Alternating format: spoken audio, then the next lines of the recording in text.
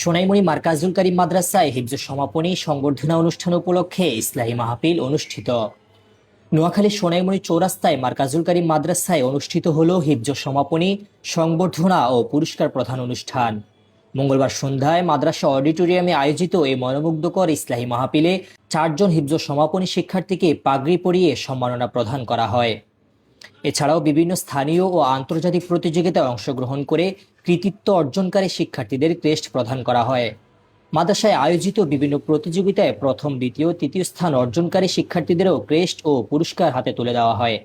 অনুষ্ঠানে বক্তারা শিক্ষার্থীদের সাফল্যের জন্য দোয়া করেন এবং ভবিষ্যতে আরও উন্নতির জন্য উৎসাহ প্রদান করেন।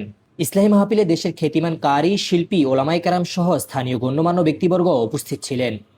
মাদ্রাসা কর্তৃপক্ষ সফল আয়োজনের জন্য সকল অভিভাবক, অতিথি ও এলাকাবাসীর প্রতি কৃতজ্ঞতা প্রকাশ করেন।